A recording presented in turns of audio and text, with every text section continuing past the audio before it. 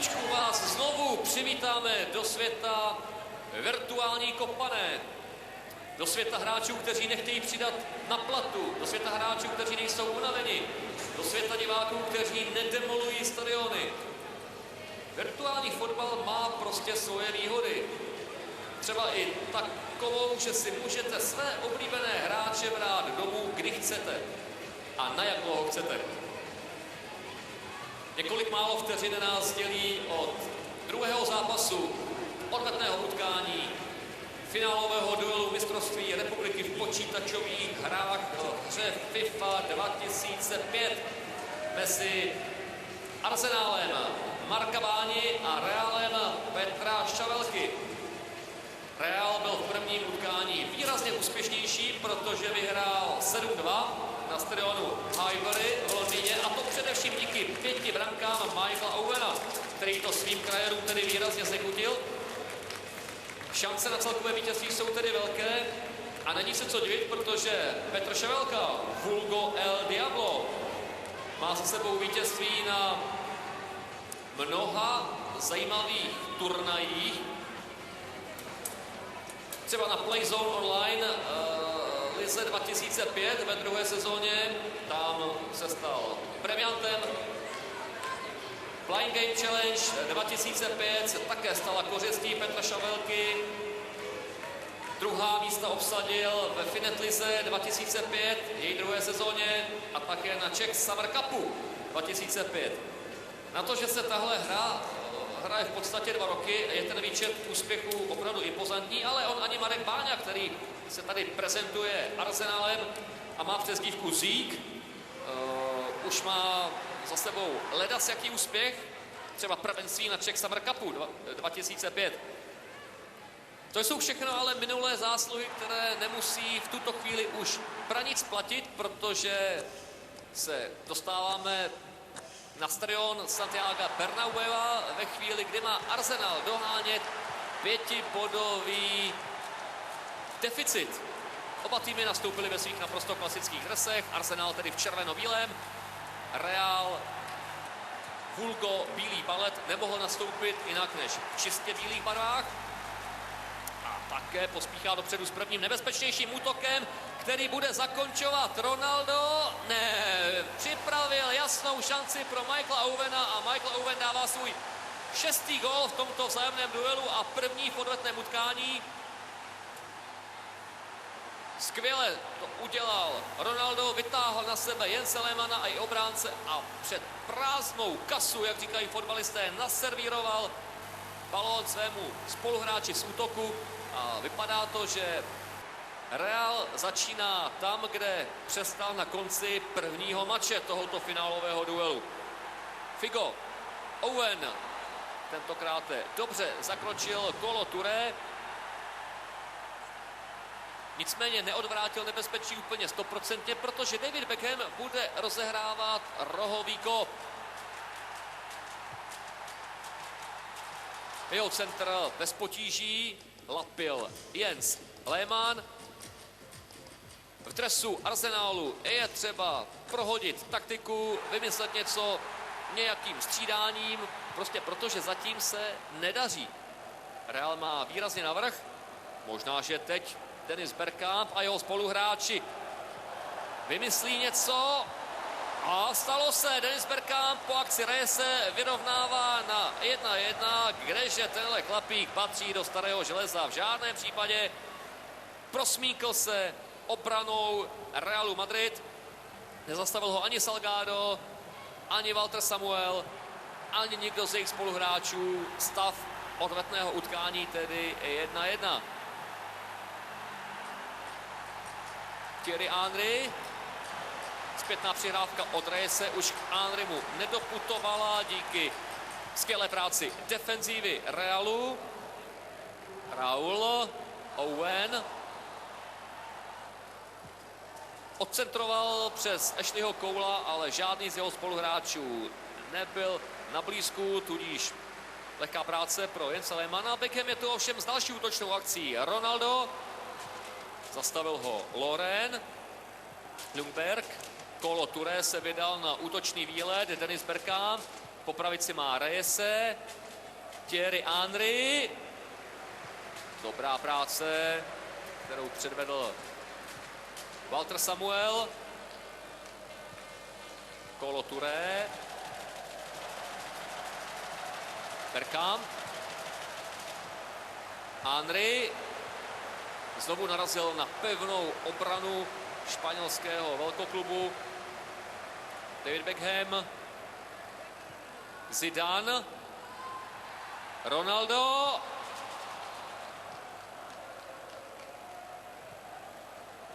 Od Ljungberga začíná další útočný pokus Arsenalu Londýn. Reyes se rozběhl přímo proti Robertu Carlosovi. Uspěl až na podruhé. Podařilo se mu odcentrovat.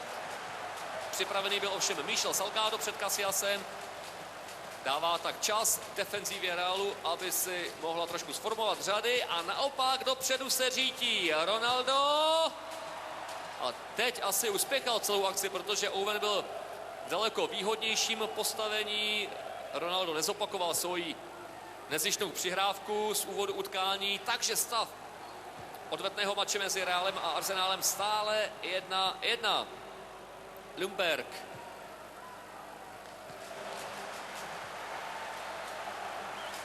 Reyes prosadil se hned proti trojici, proti hráčů přihrál Henrymu a takový kanonýr, jako je Thierry Henry, se v podobných situacích nemá mýlit a teď to dokázal. Dává svůj druhý gól této sérii. Zvyšuje, nebo spíš dostává Arsenal do vedení 2-1, ale pořád je to sakra málo ve srovnání s prvním výsledkem, tedy 7-2. Tolik vyhrál Real na Highbury. Thierry Henry zřejmě při velké chuti jeho fantastickou přihrávku neproměnil v gól. Reyes, jelikož střelu španělského útočníka vytáhl Iker Casillas, byla to vyložená šance, kterou Arsenal neproměnil, ale pořád má ještě šanci na nápravu díky rohovému kopu. Úspěšná obrana Realu. Owen. Ronaldo. Owen. Michael Owen vrátil výbornou přihrávku Ronaldovi. Srovnáno na 2-2. A virtuální Michael Owen má oči všude. Dokázal to i svým pasem na Ronalda. Tahle útočná dvojka funguje velmi dobře.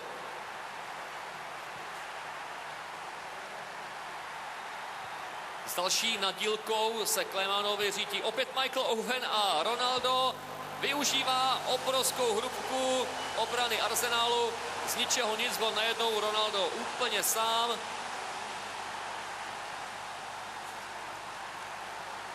Nikdo z obránců si brazilského střelce nevšímal a to je chyba, která se pochopitelně nevyplácí. Tudy cesta nevede.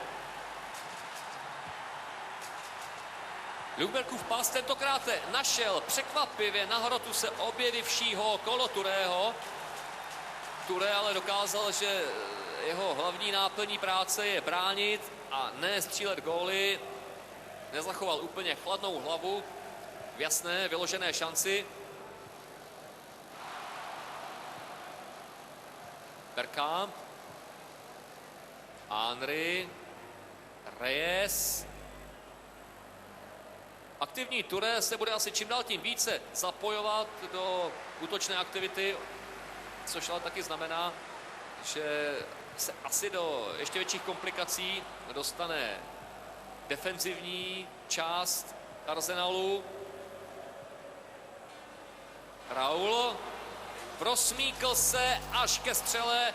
Lehmann výtečně zmenšil střelecký úhel a poradil si s Raulovou příležitostí.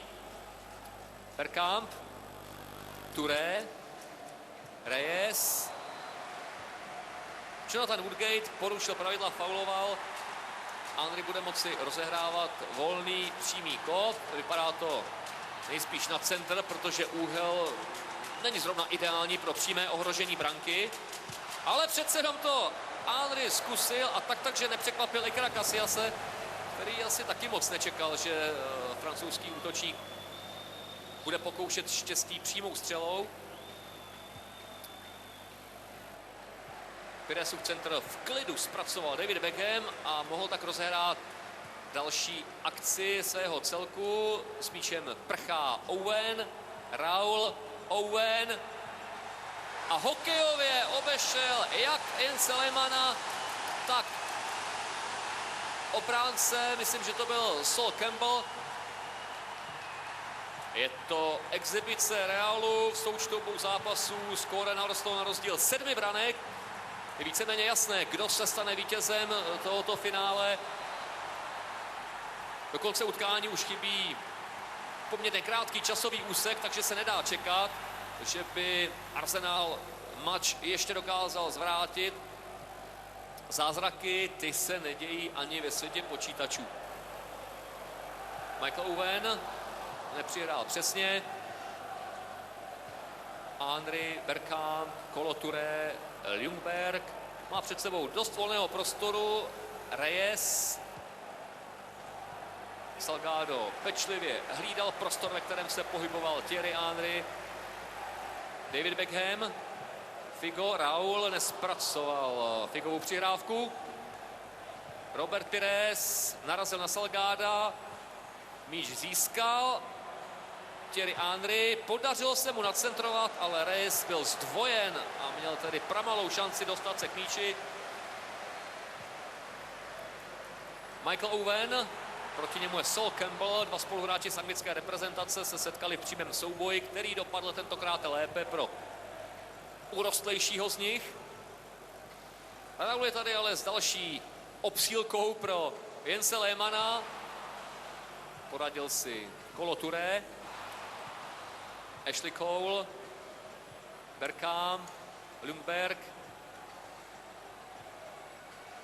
Dennis Bergkamp, šikovně přihrával na Henryho, jenomže, chtěl jsem říct, z celé akce nic nebylo díky příliš dlouhé přihrávce. Henry ale využil hrubku zřejmě už neplně koncentrované defenzívy, konkrétně Waltera Samuela, a snížil na 3-4 z pohledu Arsenálu.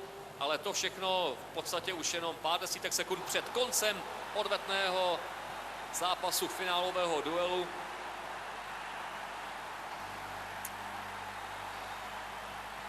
Jens Lehmann nebude na tato utkání vzpomínat v dobrém, protože dostal naloženo jak při hokejovém utkání.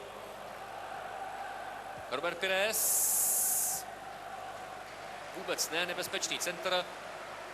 Hráči Realu už mají i šanci předvést nějakou tu parádičku vyprodanému stadionu. Třeba Ronaldo nám ukáže něco ze svého bohatého rejstříku. No tak na výstavu to nebylo. Jo, a když se o něco podobného pokusil Patrick Vieira, tak to skončilo katastrofou. Figo. Tečka za dnešním utkáním, alespoň co se gólu týká, a napsal jí celkem logicky Michael Owen. Real se tak dostal do vedení 5-3 a stává se vítězem, takže Real Madrid pod vedením svého manažera El Diabla, tedy Petra Šavelky, se stává... No, trošku jsem se předběhl, to víte, ten virtuál, hrozně rychlá záležitost. Jsme v poločase, nerad bych vás mystifikoval. Stav 5-3 poločase odvetného utkání. 5-4. Vidíte, že jsem nelhal. Jde to fakt rychle po Henryho přihrávce. Reyes dává čtvrtý gol Arsenalu.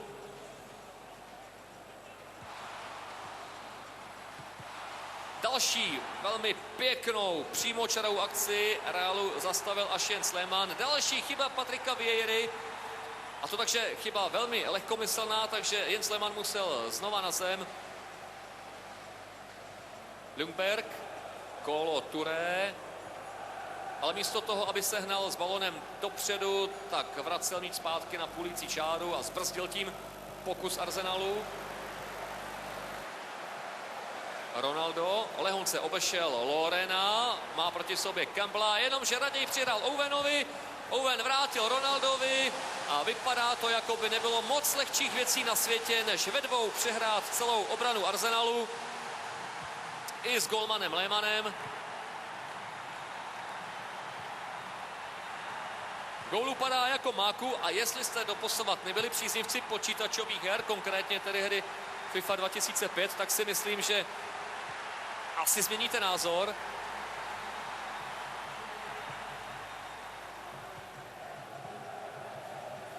Kolo Touré přesprintoval Zidana, Henry, nepřesná střela, některá nevyvedla z klidu Ikera Casillase.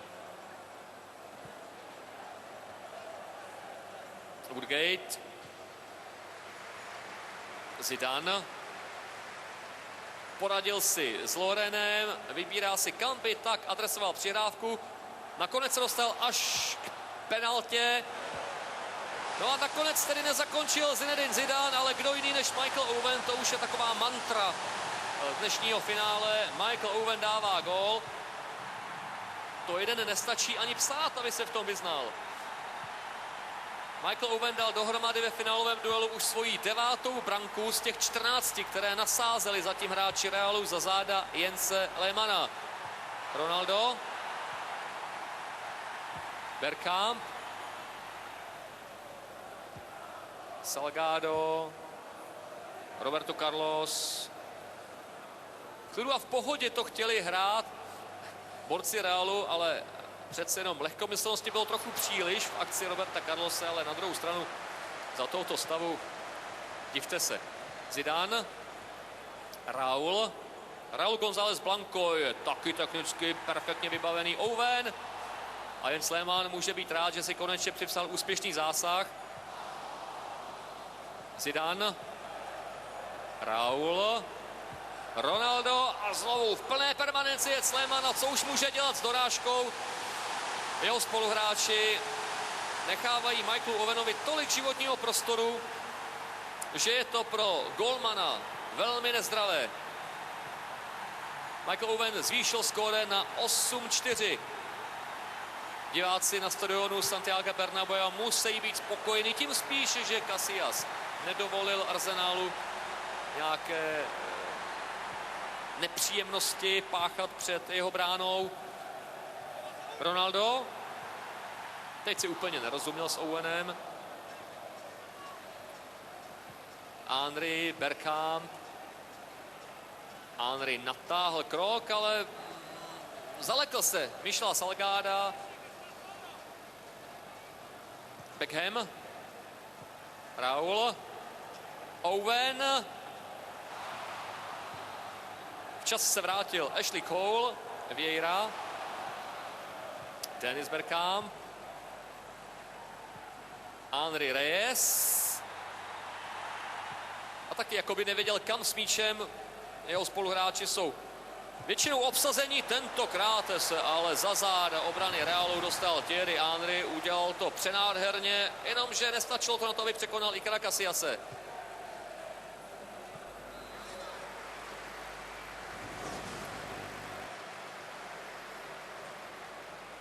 Další rohový kop, další práce pro Henryho. Bezpečně si poradil Jonathan Woodgate. Vpřed vyrazil Michel Salgado. Thierry Henry zůstal ještě na levé straně a připravil příležitost pro svého spoluhráče Reyese, který upravuje na 5-8 z pohledu Arsenalu. A to byl asi poslední gól, který jsme mohli nabídnout divákům České televize pořadu ČT24. Děkujeme jim za to, že nám věnovali svůj čas a zájem. Předpokládám, že o světě virtuálního fotbalu v nejbližší době ještě hodně uslyší. My samozřejmě v zápase pokračujeme. Nevíte, jak naladit na satelitech nový zpravodajský kanál České